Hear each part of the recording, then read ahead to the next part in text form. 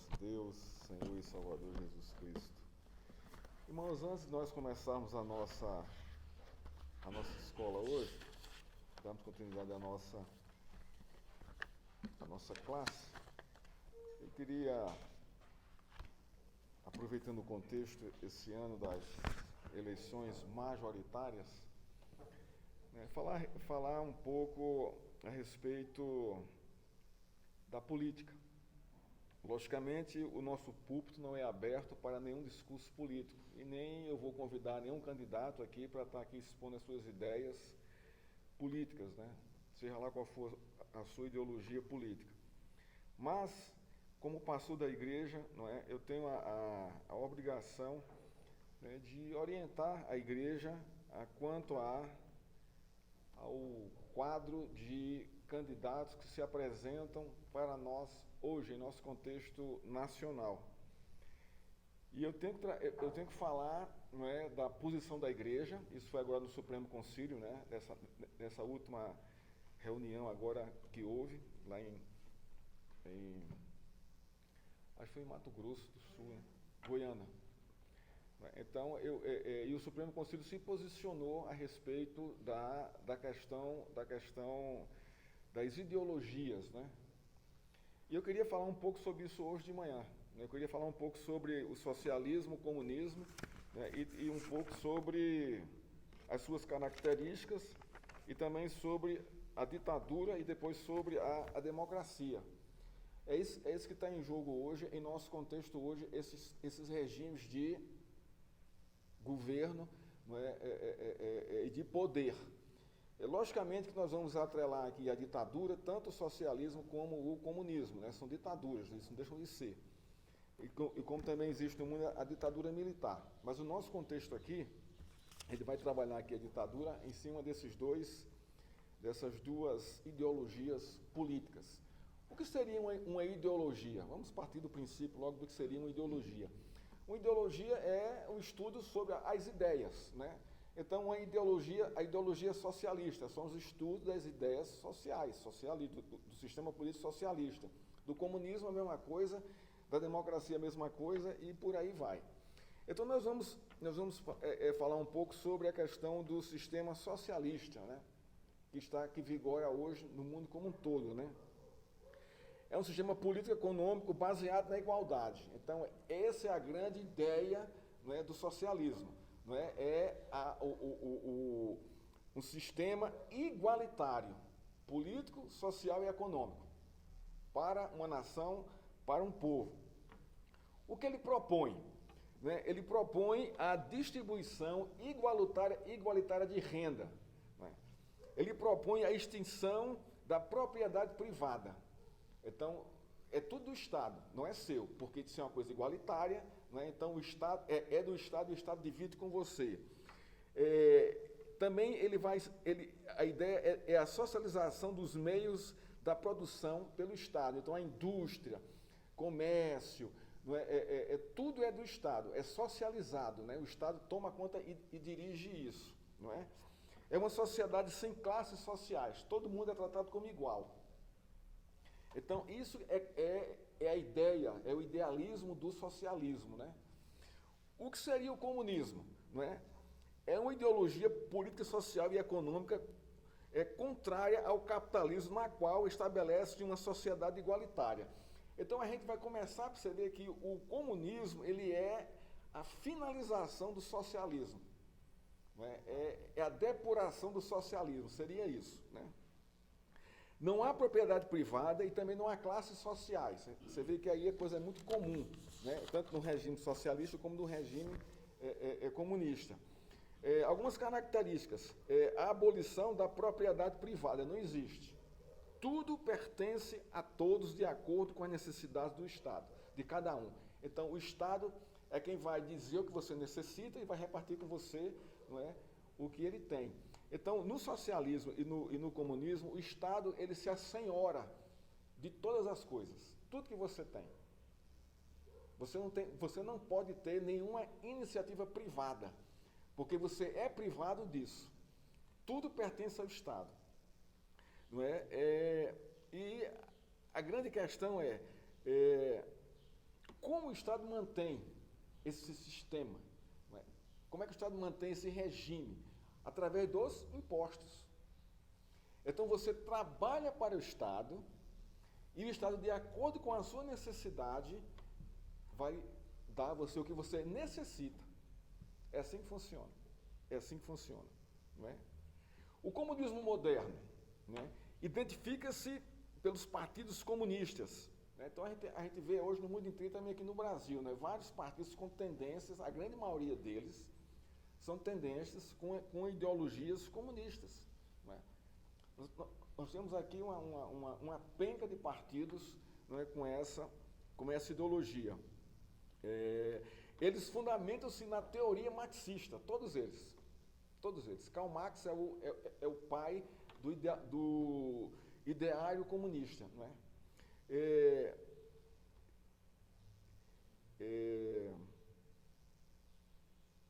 Isso seria, não é, as características do socialismo e do comunismo. Não é? Nós temos também, em nosso contexto, as ditaduras. Né? As ditaduras também estão no mundo aí. E ela também pode ser, o socialismo e o comunismo não deixam de ser uma ditadura, porque tem um partido que domina todas as coisas, ele dita. Não é? Ditadura é isso, é aquele que dita, que traz as ordens, que manda. Não é? Então, o governo da ditadura está concentrado na mão de um indivíduo, de um ditador. Então, a gente vê isso muito aqui no Brasil. Né? Nós temos Venezuela, nós temos Nicarágua, nós temos países que ditam, né, que o povo simplesmente serve para pagar seus impostos, nada mais que isso. Não é? Quais são as características, né, de uma ditadura? Censura total, em todos os aspectos, assim como no comunismo, assim como no socialismo. A censura para tudo, você tem que saber o que vai falar. Não há qualquer expressão de liberdade, não é, de expressão nesses regimes. Não há eleições transparentes, tanto no comunismo, como no socialismo, como nas ditaduras, as eleições não são transparentes. Não são. O que é uma eleição transparente? Não é? É aquela onde o sufrágio, não é, ele é aberto para uma revisão depois, caso necessário. Não é? Então, nessas ditaduras, né, isso não acontece. Né? O voto não é contado, o voto é apenas apurado pelo partido majoritário. E ele vai dizer quem ganhou e quem não ganhou. Na ditadura também há o controle político do Estado. Também como a ditadura socialista, a ditadura comunista, né, existe o controle político do Estado. O Estado controla a sua vida. Diz o que você vai comer, quantos filhos você vai ter, como você vai trabalhar, o que você vai vestir, o que você deve pensar. Né? Isso são ditaduras. Né? Só há um partido político. É também característica disso. E não há qualquer liberdade de expressão. Então, nós estamos hoje no Brasil, né, vivendo justamente, né, o levante, né, desses partidos, né, socialistas ou comunistas, como você queira chamar, querendo subir ao poder. Né, e eles usam a linguagem, né, completamente diferente dos princípios que eles confessam, que eles juram, quando fazem parte desse partido aí. Então, todo discurso, né, dos partidos socialistas ou comunistas são discursos falseados. São discursos para enganar a população, para enganar você. Porque tudo que eles fazem é em nome da democracia, e quando você vai apurar realmente o que é democracia, você vai ver que há um confronto aí, há uma contradição. O regime democrático, né, é o regime de governo onde o povo elege diretamente pelo seu voto seus representantes. Olha a diferença aqui. Há uma liberdade de escolha. Você elege o seu representante. O Estado não lhe impõe a votar em fulano. Né? Todos os cidadãos possuem, né, o mesmo estatuto e têm garantido o direito à participação política. Então, todo cidadão tem o mesmo estatuto. Qual é o nosso estatuto? A Constituição. Então, você vê que já nesse contexto aqui não há uma imposição do Estado. Não há uma classe social só. E a Constituição da democracia governa a nossa vida. Há a livre escolha dos governantes pelo cidadão. Você é livre para isso. Você é livre para isso. Alguns princípios fundamentais da democracia. A liberdade do indivíduo de ir e vir, de usar o que você quer usar, de comprar o que você quer comprar, de vender o que você quer vender. Você tem essa liberdade. O Estado não tolhe isso de você. Apesar dele cobrar os impostos nas suas transações, mas ele não lhe impede de fazer isso. Ele não tolhe a sua liberdade. Ele não diz quantas televisões você deve ter em casa. Quem é que diz isso? O comunismo. Ele vai restringir a sua vida ali. Segundo, liberdade de opinião. Você pode falar o que você quiser, porque você é responsável por aquilo que você fala. Então, você tem a liberdade de falar e de pensar, liberdade religiosa. O comunismo não tem liberdade religiosa. Não existe igreja. Não existe religião. Porque o comunismo, por si só, ele é materialista, e por ser materialista, ele é um sistema ateu, ateísta. Não existe espaço, não há liberdade religiosa nos regimes ditatoriais, socialistas e comunistas. Isso não existe. Isso não existe. Existe a liberdade de imprensa. Você pode produzir o que você quiser produzir. Jornais, revistas, e você pode escrever ali o que você quiser escrever, contanto que você seja responsável pelo que você escreve, pelo que você propaga. Igualdade nos direitos e oportunidades. Isso no socialismo e no comunismo não existe. Então você tem direito à liberdade, né? Tem direito direito a oportunidades. Você pode abrir seu próprio negócio, você pode fazer o que você quiser fazer. O Estado te dá direito a isso. Livre iniciativa privada. O Estado não interfere no que você quer montar, quer construir, quer produzir. O Estado não tem o poder para isso. Você é livre para você fazer o que você quiser fazer. Isonomia. Todos são iguais perante a lei. Isso diz a Constituição. O Estado, ele é mínimo na vida do cidadão. Então, isso é democracia.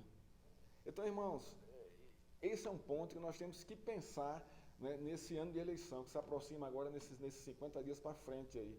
A gente saber em quem votar. E a Igreja Presbiteriana do Brasil se posicionou contra todo movimento que traga a fundamentação comunista ou socialista. Nós somos contra isso. Nós somos contra.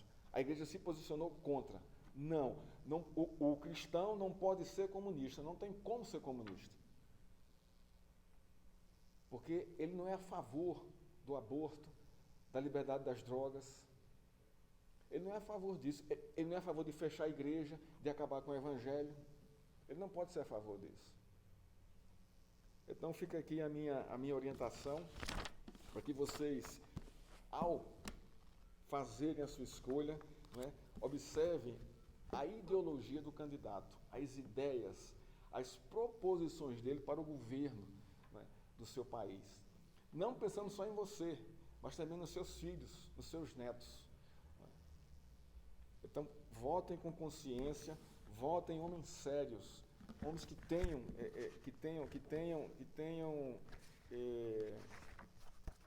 boas propostas que coincidam com os princípios da Escritura. Esse é o nosso dever.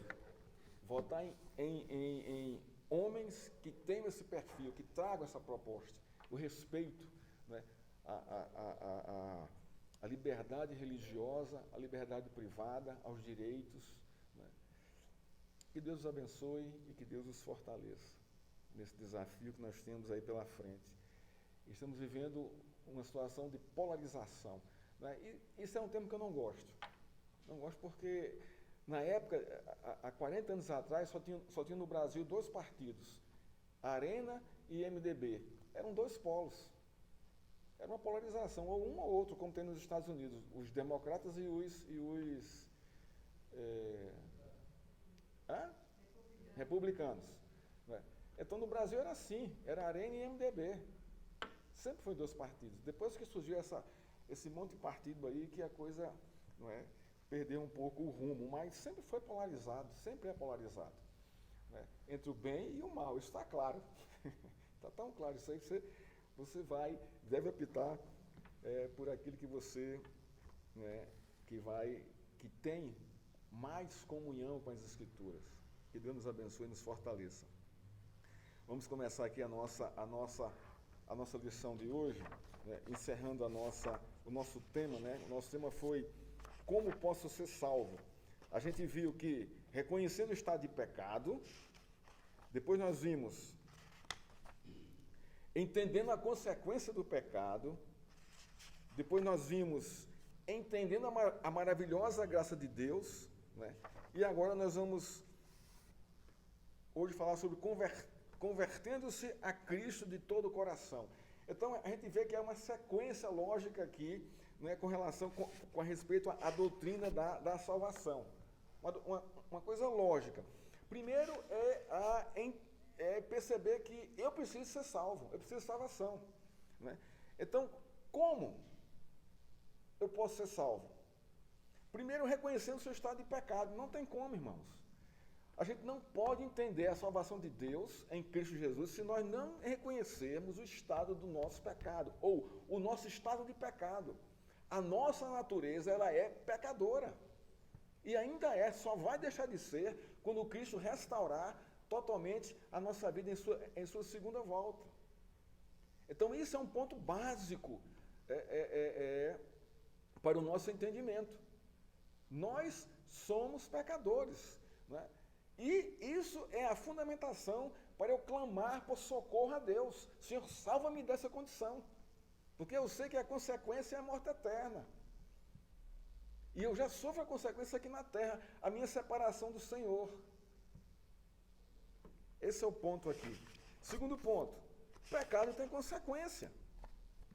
Pecado tem consequência. E a consequência básica, fundamental da Escritura é o inferno, é a morte eterna. Além das consequências, né, em nossa vida, né, cotidiana, quando nós pecamos, nós sofremos as consequências do pecado. Esse é o ponto também. Mais uma necessidade de nós buscarmos a Deus, de nós buscarmos a sua graça e misericórdia, clamando pela sua salvação. Então, quando nós entendemos, irmãos, o nosso estado de pecado, quando nós entendemos a consequência do pecado, então Deus vai trazer, não é, a solução para isso, que é a graça maravilhosa dele sobre Cristo Jesus. Então nós vamos começar a entender a graça numa dimensão maior, porque ela vai suprir uma necessidade que eu não posso mesmo suprir. Eu preciso de algo externo que supra a minha necessidade, que me acolha. E isso aí a graça de Deus vem e nos abraça e nos salva da escravidão do pecado e da condenação eterna. Não porque nós merecemos isso, mas por causa do sacrifício de Cristo Jesus na cruz, pelo seu povo. E hoje nós vamos agora à prática disso. A prática disso aqui. Não é? Convertendo-me a Cristo de todo o coração. Ora, isso tem a ver com o quê? Com a nossa santificação, irmãos. A conversão, ela é um ato de Deus a nosso favor. Ele nos salvou. É um ponto. O outro ponto e a partir de agora? A partir de agora o quê? Deus vai me revelar a sua palavra, vai me revelar a sua graça para que eu caminhe por meio dela. Então, nesse processo aí, é o processo de santificação. Nós nos convertemos, irmãos, todos os dias. Todos os dias. Todos os dias. O tempo todo. O cristão, ele sabe disso. Não é? Ele necessita, não é, de ser moldado por Deus todos os dias durante a caminhada da sua vida. Esse é o ponto aqui. A conversão consiste do verdadeiro arrependimento e da verdadeira fé.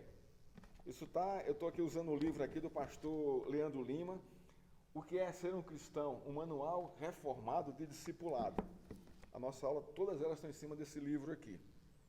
Então, a conversão consiste, segundo ele, e está certo, eu concordo, do verdadeiro arrependimento e da verdadeira fé. A minha pergunta é, o que é arrependimento?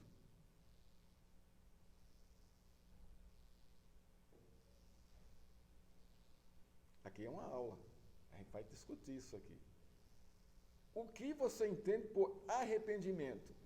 Ah, eu me arrependi de ter feito aquilo. Que significado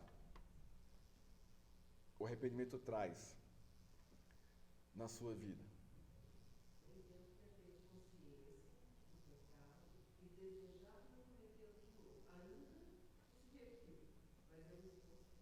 Isso. É um esforço para não se repetir o erro que cometeu antes. O que mais? Está certo.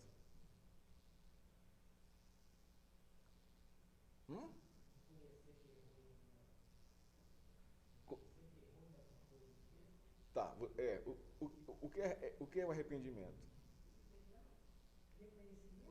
Reconhecimento. O que mais? A palavra arrependimento no grego significa metanoia, a palavra até esquisita, né? É formada por duas palavras, meta e noia, né? Isso significa mudança de mente. Olha só. Porque a nossa atitude é resultado da nossa mente, das nossas ideias, do que nós pensamos. Então, arrependimento é metanoia, é mudança de atitude, a partir de uma mudança de mente. Então, verdadeiro arrependimento é essa mudança de mente que o Evangelho trouxe, impactou a minha vida. Eu pensava assim, e agora eu estou pensando assado. Eu estou pensando diferente, não penso mais como eu pensava antes. Por quê? Porque o Evangelho adentrou, confrontou a minha mente, confrontou o meu coração, isso trouxe mudança de atitude em minha vida. Mas ela começa a partir do nosso pensar. Não é só do nosso agir, porque o nosso agir é resultado do nosso pensar. Então, o verdadeiro arrependimento, ele acontece quando as minhas atitudes, né, são de acordo com aquilo que a palavra de Deus está me ensinando, ou me ensinou, ou me ensina. Então a gente percebe que o arrependimento é também uma atitude constante no coração e na mente do crente, na minha e na sua mente. Porque nós precisamos, irmãos, a todo tempo mudar de atitude, mudar de mente, de entendimento. E como isso é difícil. Como isso é difícil. Como é difícil quebrar uma tradição. O que é uma tradição? É um costume mental, que vem de geração em geração. Ah, meu avô agia assim, meu pai agia assim, minha mãe agia assim, agora eu estou agindo da mesma forma. Agora isso vai entrando na sua mente, né? Isso vem sendo colocado durante anos na sua mente. E mudar isso é muito difícil. Muito difícil. Por isso que a gente se arrepende, a gente se converte e ainda continua com hábitos que, nossa, como é que eu fiz isso? Não é verdade isso? É verdade. E da verdadeira fé. Vamos lá. O que é fé? Nós vimos que arrependimento é mudança de mente, de atitude. Isso é um ponto, é uma realidade isso. Né? E que isso é uma atitude constante no cristão. Quando ele começa, quando ele tem conhecimento da verdade. Quanto mais a verdade entra em meu coração e em minha vida, mais eu tenho que mudar na minha vida e a minha forma de ser, de pensar e de agir. Porque para isso que nós temos cultos semanais. Né? Nós estudamos a palavra, nós pregamos a palavra para que os princípios cheguem ao seu coração e confrontem o seu modo de ver, de viver e de pensar. E agora a fé. O que é uma fé verdadeira? O que é a palavra fé? A palavra fé quer dizer o quê?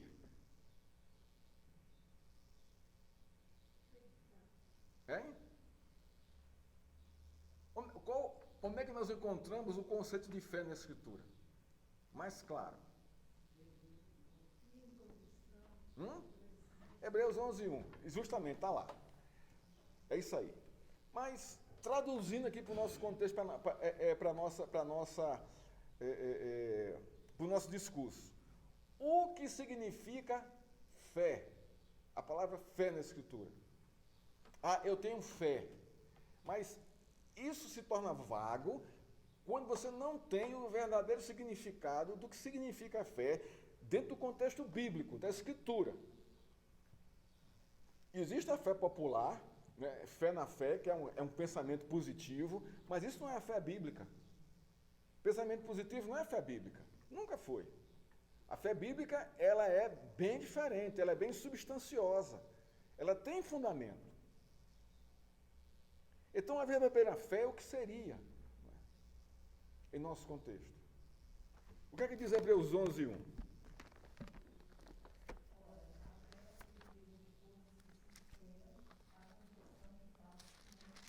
Bom, o primeiro ponto que nós encontramos aqui é que a fé é uma certeza.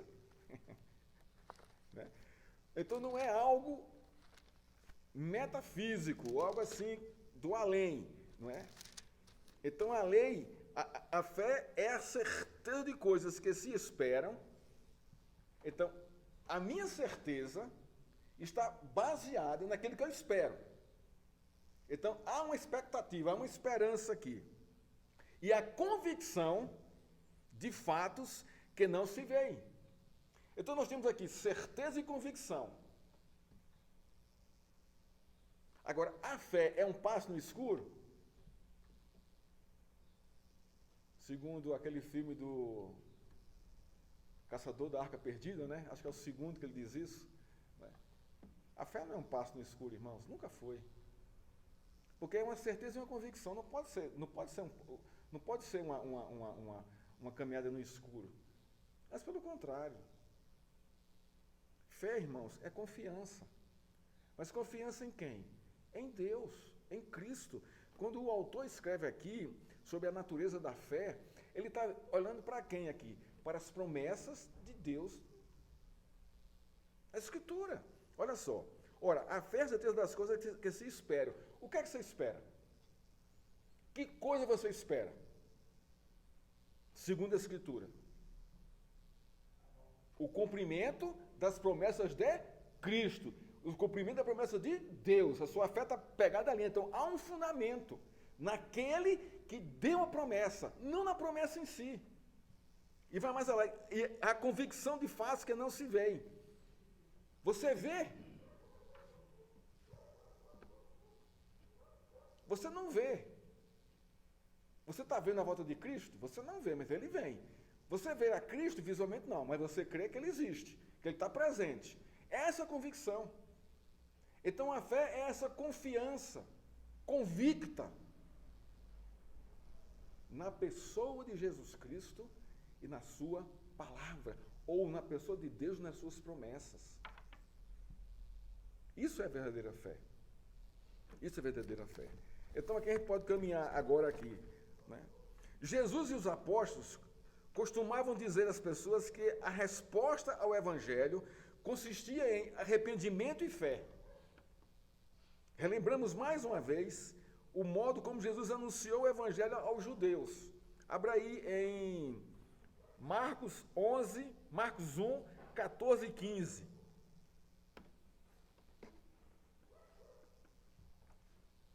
O texto diz assim: depois de João ter sido preso, foi Jesus para a Galiléia, pregando o Evangelho de Deus, dizendo,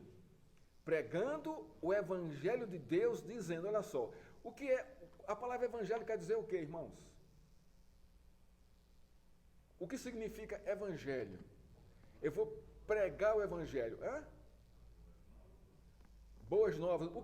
O que são boas novas? Hein? Não, a palavra boa nova quer dizer o quê? Boa notícia, fica mais claro para a gente.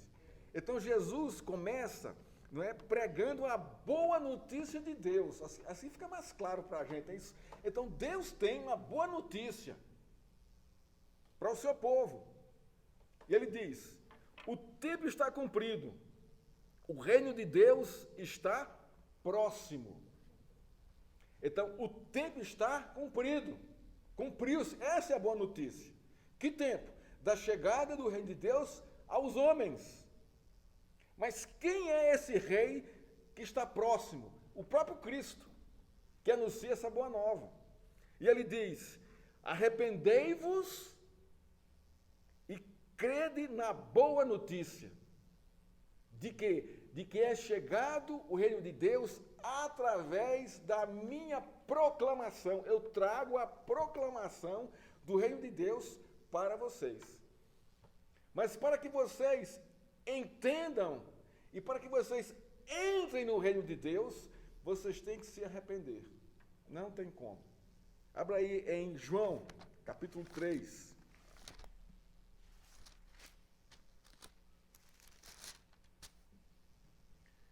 João, capítulo 3.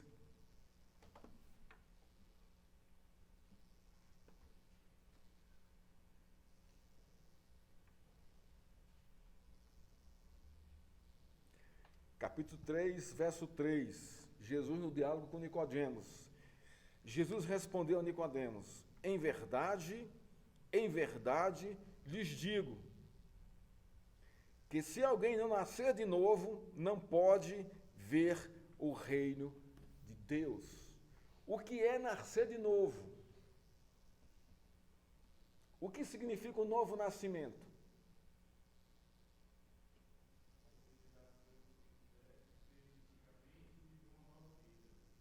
Por meio de quê?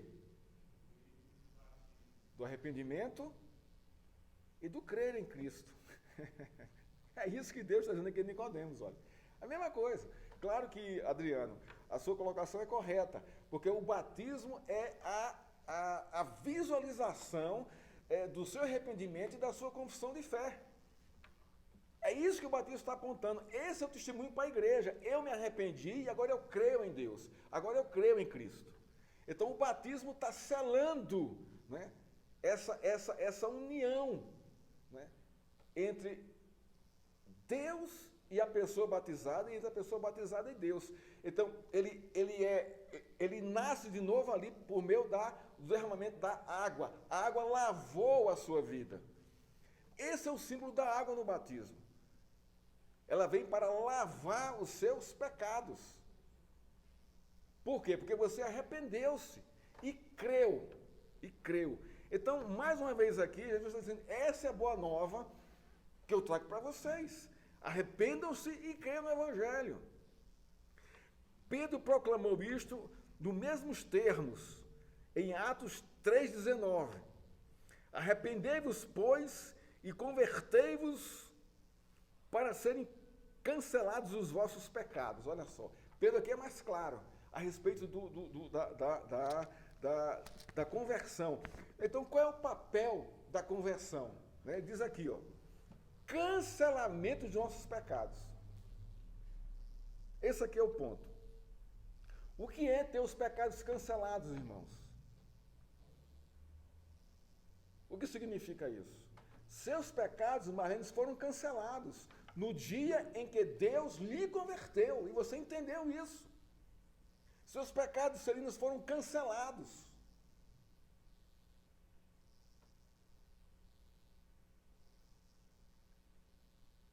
Quando?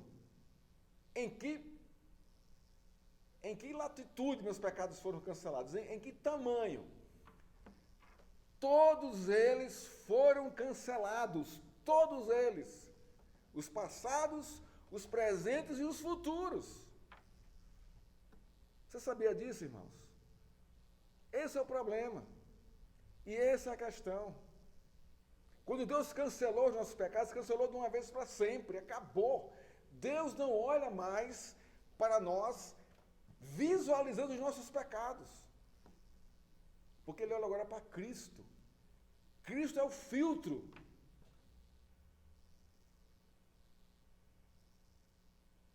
Paulo e Silas anunciaram ao carcereiro arrependido: crê no Senhor Jesus e será salvo tu e tua casa. Atos 16, 31. Então arrependa-se e creia no Senhor Jesus Cristo. Conversão, irmãos. E será salvo tu e tua casa. Salvo de quê? Salvo de quê, irmãos? Da ira de Deus, do próprio Deus. Esse aqui é o ponto. Esse verso aqui, irmãos, ele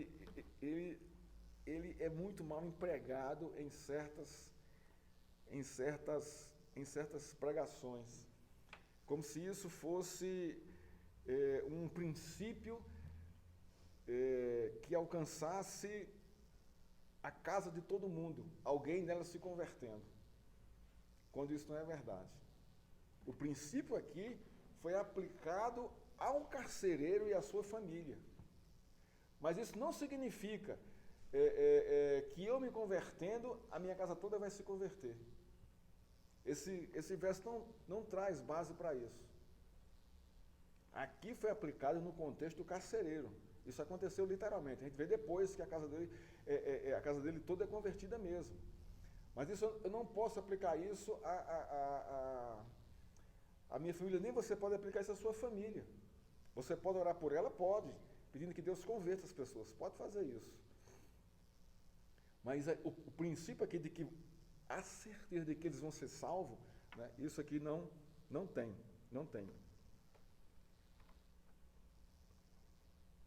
Arrepender-se dos pecados e crer de todo o coração na mensagem do Evangelho é a resposta que os homens devem oferecer a Deus, capacitados pelo Espírito Santo. Esse aqui é o ponto da questão. Pastor,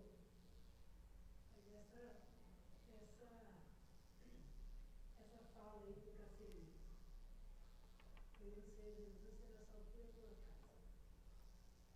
E se eu crer? O quê? Minha causa, se eu vamos dizer assim, Você para crer, essa palavra para mim, você para crer tem que ter um fundamento. Qual o fundamento de que você está crendo para que a sua família vai ser salva? É esse verso aqui? Não pode ser. Não pode ser esse verso. Mas é o Evangelho de Cristo. É maior. É a mensagem da Boa Nova. Então, prega a mensagem da Boa Nova. A sua convicção é de que o Evangelho pode transformá-lo. Mas não o versículo em si. Porque o que o carcereiro viu aqui foi a mensagem do Evangelho. Por isso que ele converteu-se. eu estou perguntando por quê. São dois pontos na Bíblia. Honra teu pai e tua mãe para que se prolongue seu dia sobre a terra. Isso é uma promessa. É uma promessa. É. Ali você tem promessa clara. Aqui não é uma promessa, não. Mas eu já ouvi muitas vezes essa pregação como uma promessa. Teve um estudo que a gente estava fazendo uma vez sobre a doutrina da eleição. É. E alguém usou, mas a Bíblia fala que ele seja justificação. E a tua casa, e aí? Não, eu não posso abrir mão disso, não, porque isso está lá na Bíblia, usando esse versículo como é mais do que promessa, é como se fosse assim, Uma promessa hereditária. um indicativo. É. Você faz isso que aí, consequentemente, vai acontecer. Entendeu? Entendi. Irmãos, biblicamente falando, exegeticamente falando e hermeneuticamente falando, esse texto aqui de Atos 16, 31, Paulo prega para o carcereiro. Então, Paulo pregou para ele e para a família dele, posteriormente. Então, o fato cumpriu-se ali, porque o evangelho foi pregado e eles creram no evangelho. Então, a questão, se eu for aplicar esse verso aqui da forma correta, eu me converti. Então, o que é que eu vou fazer? Eu tenho que, assim como Paulo fez com o carcereiro, eu tenho que fazer com a minha família. Eu vou pregar o evangelho para eles. Mas eu não sei se eles vão ser convertidos. Eu não sei disso. Não é? O fato aqui é que aconteceu mesmo. A casa dele foi convertida, né, pelo evangelho. Mas eles ouviram o evangelho. Então, a fundamentação para eu crer nisso aqui e para que eu creia que a minha família seja salva é que eu prego para eles. e clamo a Deus por isso. Mas eu não posso, não diga assim, crer que essa promessa aqui, consequentemente e verdadeiramente vai acontecer na minha família. Porque a minha avó converteu-se, e ela pregou para a família inteira. Apenas 2 filhas se converteram.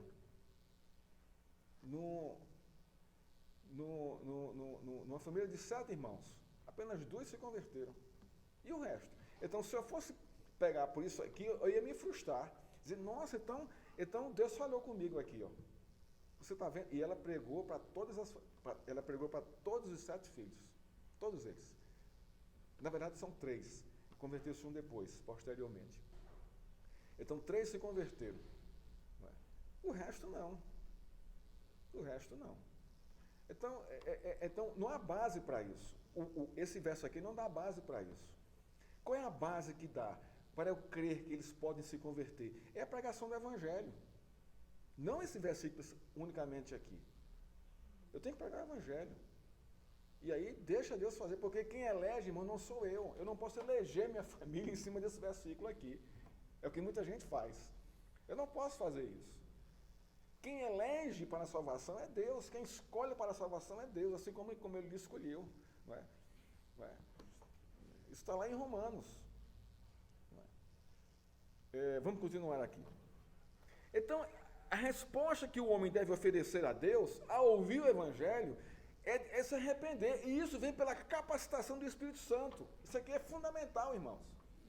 Fundamental. Porque muita gente ouve e não se converte. Você já parou para pensar sobre isso? Observa sobre isso. Não é? Eu já participei de muita pregação pública, onde tinha muita gente. E você pregava ali o Evangelho. E você fazia o apelo depois. E vinham 3, 4, 5, daquela multidão enorme de gente ali. E eu sempre questionava por que vêm poucos, se a gente expôs o Evangelho. Justamente por isso aqui, ó, a capacitação do Espírito Santo. Porque é o Espírito Santo quem abre o entendimento, quem traz a luz, quem converte, quem traz para Cristo. É Ele capacitando. Isso chama-se eleição de Deus, por meio do Espírito Santo. Então, quando nós levantamos a mão no apelo, antes de você levantar a mão, o Espírito já tinha lhe elegido, já tinha o capacitado para entender a mensagem do Evangelho. Não foi você que tomou a decisão. A decisão já foi tomada lá no alto. Salva fulano. É dessa forma que acontece. E você toma essa consciência pela capacitação do Espírito Santo. É assim que acontece, irmãos. Isso é graça de Deus, isso é Evangelho. Olha aí, João capítulo 1, verso 12, diz assim: mas a todos quantos o receberam, deu-lhes o poder de serem feitos filhos de Deus, a saber, aos que creem em seu nome.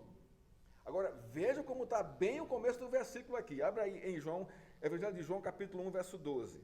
Mas a todos quanto o receberam. A ideia, quando a gente lê esse versículo aqui, é de que eu recebo a Cristo. Não é verdade isso? A gente pode interpretar dessa forma. E parece que está assim. E realmente, numa leitura rápida, pela concordância aqui verbal aqui, é isso mesmo. Mas a todos quanto receberam. Então, olha, eu recebi. Então, a atitude de receber é minha. Parece que o versículo quer dizer isso. E está dizendo isso. Mas, irmãos,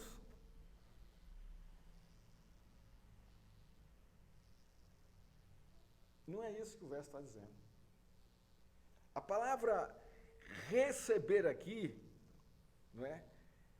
No original, significa pegar algo para ser carregado. Então, como é que eu vou pegar algo para ser carregado? É se alguém me dá. Pega isso aqui, fulano, carrega para mim. Não é assim? Então, o entendimento aqui é isso aqui. Deus lhe dá a Cristo para você carregá-lo e lhe dá o poder para ser feito filho dele. Deu para entender ou não? Vamos lá, vou ver se eu consigo explicar melhor. Mas a todos quanto receberam, deu-lhes o poder de serem feitos filhos de Deus, a saber os que creem no seu nome. Então, mas a todos quanto foram agarrados por Deus para pegar a Cristo, você está me entendendo? Que Deus lhe pegou e lhe deu a Deus, lhe deu a Cristo, para você agarrá-lo e segurá-lo, mas é Ele que lhe deu, Ele que lhe fez receber a Cristo. Não foi você que escolheu recebê-lo. Então, a partir daí, Ele lhe dá o poder de ser feito filho de Deus, a saber, os que creem. Então, eu só recebo quando eu creio. E para crer em Cristo, na Boa Nova, é preciso a capacitação do Espírito Santo. Você entendeu? Você recebeu porque você creu. Você tomou posse disso. Né? Você tomou posse disso. Né? Então, receber, aqui no contexto aqui, é agarrar, é tomar posse. Olha que coisa linda aqui. Receber Jesus, portanto, significa crer no nome de Jesus. E quando isso acontece, uma pessoa se torna filho de Deus. Esse é o ponto aqui. Hoje se fala muito em aceitar a Jesus, recebê-lo no coração, etc. É preciso entender que isso não é um mero ritual. Um levantar a mão, ou ir à frente para receber, né, uma oração. É muito mais que isso. É uma decisão consciente, movida pela capacitação do Espírito Santo, de ser entregue a Deus. O que é que o Espírito Santo lhe faz, irmãos, quando lhe converte? Ele lhe entrega para quem? Para Cristo, e Cristo vai lhe carregar o resto da vida. Isso está acontecendo. Quem está me carregando é Cristo. E eu tomo posse disso. Porque nós não temos a capacidade nem o poder de nos carregarmos a nós mesmos nessa vida espiritual, irmãos. É Deus que está nos carregando, nos levando aos seus propósitos, com os seus propósitos. Esse aqui é o ponto. Vocês estão me entendendo? Ou está difícil?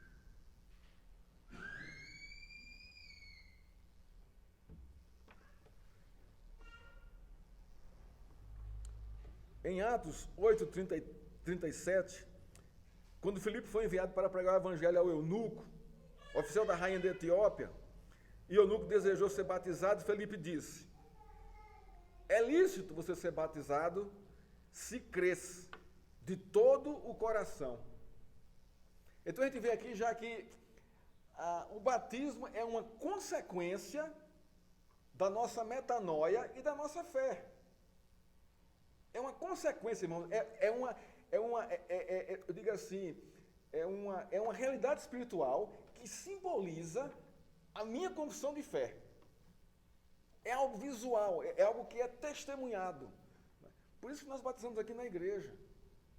Porque ele está testemunhando para a igreja que foi alcançado pelo Evangelho da Graça de Deus, que foi alcançado pela Boa Nova de Jesus Cristo. E aí ele é batizado, não é? A salvação é concedida quando entendemos os nossos pecados e a condenação deles. Compreendemos a graça divina, demonstramos sincero arrependimento diante de Deus e dos homens e cremos de todo o coração na salvação de Jesus Cristo que proporcionou para nós. Olha que coisa linda isso aqui. A salvação é concedida quando entendemos nossos pecados e a condenação deles, compreendemos a graça divina, demonstramos sincero arrependimento diante de Deus e dos homens e cremos de todo o coração na salvação de Jesus Cristo por nós, por meio do seu sacrifício. Isso é evangelho, irmãos. Isso tem que ser pregado. A gente não pode substituir essa mensagem, não é, por uma mensagem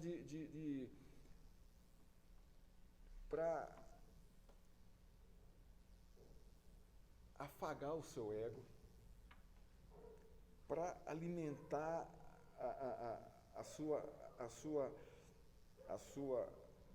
o seu, levantar o seu astral, como diz no popular. O Evangelho não é para isso.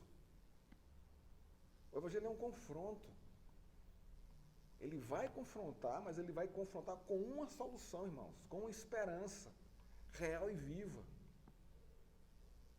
Hoje a igreja parou de pregar o Evangelho. Parou de falar de pecado. Parou de falar de arrependimento. Parou de falar de fé. Parou de falar de você tem que crer. Parou de falar de mudança de pensamento, dos princípios, da doutrina. Parou de falar sobre isso. Em muitas delas. Eu acho que é porque o mundo entrou muito dentro disso. As coisas do mundo, está tudo muito misturado. As ideologias sociais, não é, que nós somos arrancados dela, não é, nós estamos trazendo para dentro da igreja. Essa é a questão. Então, a nossa luta, irmãos, é muito grande para permanecermos fiéis sem corrermos para a apostasia. O que é apostasia, irmãos? O que é apostatar da fé? Vai deixar como? Essa questão, apostasia é algo muito sutil. Não é algo assim pesado e feio, não. Eu posso ser um crente e viver como se Deus não existisse para mim. Isso é apostasia. E quando você deixa de pregar o Evangelho, você está vivenciando uma apostasia. Você não leva a sério o Evangelho, é apostasia. Você interpreta como você quer, isso é apostasia. Você está apostatando da fé. Quando seus valores e seus princípios, né, são mais preciosos do que os valores e os princípios que estão na Escritura. Você não abre mão de muita coisa. Isso é apostasia. Você não submete a palavra de Deus. Você não submete a doutrina. Mas você vem para a igreja todo dia. Irmãos, é muito fácil. É muito fácil nós aparentarmos, né, uma vida espiritual do que realmente vivermos um espiritualismo bíblico, uma espiritualidade bíblica. É muito difícil ser sincero com Deus. Muito difícil. A gente tem a tendência de esconder isso aí, de camuflar os nossos pecados. E principalmente aquele de estimação. Então tem muito lugar do nosso coração que ainda o Evangelho não entrou. Está trancado as 7 chaves ali que nós não abrimos, porque nós não queremos abrir mão de muitas coisas. Eu digo isso por mim. Eu não sou diferente de vocês, né, irmãos? A minha luta é justamente essa. Até que ponto o Evangelho entrou em meu coração? Em sua plenitude, totalmente? Não é que ele veio em partes. O Evangelho, ele vem todo, ele vem completo. Mas sou eu que seguro, que não deixo ele tomar conta do meu coração em sua totalidade, em sua potência. Em sua potência. E olha que o texto diz aqui em João aqui fala que Deus poder para sermos filhos de Deus, né? Vamos continuar. O arrependimento e a fé podem ser considerados como coisas que sentimos de forma instantânea e que nos tornam salvos pelo sangue de Cristo, instantaneamente. Isso significa que podemos olhar para o momento em que nos arrependemos e cremos como o momento da nossa salvação com a hora do nosso novo nascimento. Então, veja só, o arrependimento e a fé, não é, podem ser considerados como atos instantâneos. Algumas pessoas são assim, é de imediato. Outras não. A coisa vem paulatinamente, vem numa sequência. Eu conheço muita gente, por exemplo, eu ouvi o Evangelho não é? Somente 6 meses depois foi que Deus me converteu. Não foi de imediato. Não foi de imediato. Não é? Então foi um processo aí. Não é? A minha avó ia lá em casa, né? Ela fazia o circuito da família de pregação e às vezes domingo eu estava em casa e minha mãe me obrigava a sentar lá, eu via ela pregar o evangelho sem dar muita atenção para nada, mas a palavra ali estava entrando e 6 meses depois é que ela brotou em meu coração. Foi assim muito interessante, assim, a experiência que eu tive, né? Foi assim maravilhosa com Cristo, né? E para algumas pessoas é imediato. Pá! É de imediato. Isso aí é uma coisa que, né, você deve se lembrar do dia que você arrependeu-se, que Deus converteu a sua vida. Você deve lembrar disso. Todo mundo se lembra disso, né?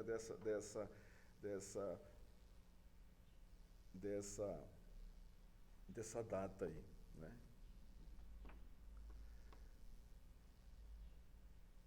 Por outro lado, irmãos, segundo aqui o autor, o arrependimento e a fé serão elementos contínuos na nossa vida, pois eles nos acompanharão por todos os dias até o momento de andarmos no reino celestial. Observe isso aqui. Né? Arrependimento e fé são elementos contínuos na nossa vida. Contínuos.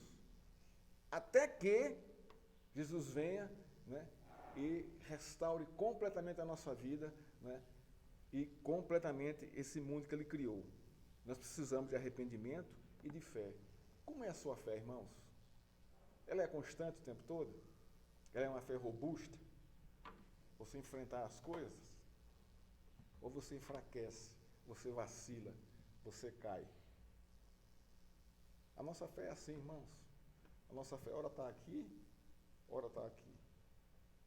Ora está aqui, ora está aqui. Ora está mais aqui embaixo do que aqui em cima. A gente passa por momentos na vida que a fé está assim, ó. A nossa oração é: Senhor, dá-me fé. Não estou dando conta. Eu não estou crendo. Você já orou assim? Eu não creio que eu vou sair dessa situação. Eu não estou crendo nisso. Está demorando demais, está muito pesado o fardo. Né? E isso começa a fraquejar a sua fé, a fraquejar a sua robustez. E você começa a definhar. Irmãos, isso não é pecado. Não é pecado. Isso somos eu e você. Isso é a nossa natureza humana. E a gente diz: Senhor, eu não tenho fé para crer. Faz um milagre. Não é assim que a gente ora? Eu oro assim: Senhor, eu estou sem fé para crer, para acreditar na tua promessa de que isso vai passar. Não é assim, irmãos? Então, acompanha a nossa vida até Cristo voltar. Essa é a nossa luta. E o arrependimento é a mesma forma. Porque você acaba se arrependendo diante de Deus. Isso é graça, irmãos. Isso é evangelho. Essa é a possibilidade que Deus nos dá de sermos humanos. Não tem ninguém super espiritual aqui, irmãos. Não tem ninguém que não fraqueja aqui. Todos nós fraquejamos. Debilitamos na fé. E precisamos do renovo do Espírito Santo na nossa fé, em nossa vida diária, né? Isso é a boa nova. Deus sempre está disposto a ouvir um coração contrito e quebrantado. Deus não rejeita. Aí que está. Essa é a promessa. Né? Para mim, para a sua vida, não é? É nesse contexto aí, nessa realidade aí. Somos salvos, irmãos, para desenvolvermos o nosso novo relacionamento com Deus e com o próximo. Isso é uma nova vida, né? Isso é convertendo-se a Cristo o tempo todo, enquanto nós vivermos nessa terra. Que Deus, irmãos, nos abençoe e nos fortaleça. Que o Senhor é fiel e justo para nos sustentar nessa caminhada. Convictos, logicamente, Jesus Cristo nos converteu e caminha conosco até a consumação dos seus propósitos em nossa vida. Que Deus, irmão, nos abençoe e nos fortaleça. Amém. Vamos para a nossa